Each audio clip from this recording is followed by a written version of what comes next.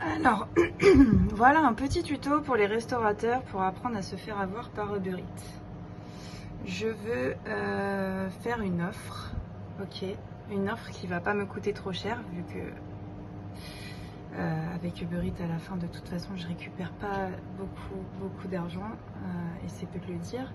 Alors donc je veux faire une offre, acheter un article, recevez un article offert. Ok, je clique, bim.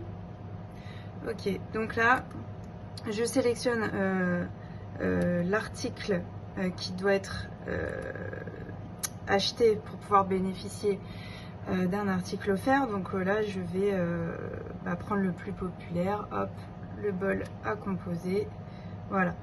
Ensuite, en deuxième, ça commence déjà à pas être très clair. Il faut voir qu'il y a une deuxième fenêtre qui s'est sélectionnée automatiquement. Et là, on doit choisir la liste des articles offerts aux clients. Ok. Donc là, je vais sélectionner quelques desserts.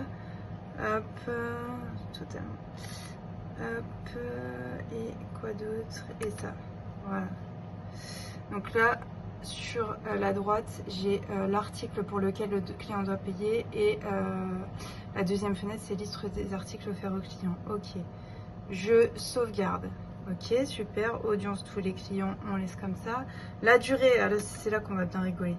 Date de début, on est le 4. Ok, 4/03. Donc, je vais resélectionner pour être sûr. Non, on est le 3. Donc, non, on n'est pas le 4, on est le 3. Moi, je veux que ce soit pour aujourd'hui. Donc, je sélectionne le 3 avril. D'accord. Je vois date de fin, si je regarde très vite fait. Non. Ah oui, 3 avril, ok. Puisque la date n'est pas en français, mais du coup au format américain. Donc on a d'abord le mois, ensuite le jour. Déjà, premier truc qui porte à confusion pour Uber Eats France. Ça coûterait pas grand chose de le changer. Mais bon, c'est pas grave.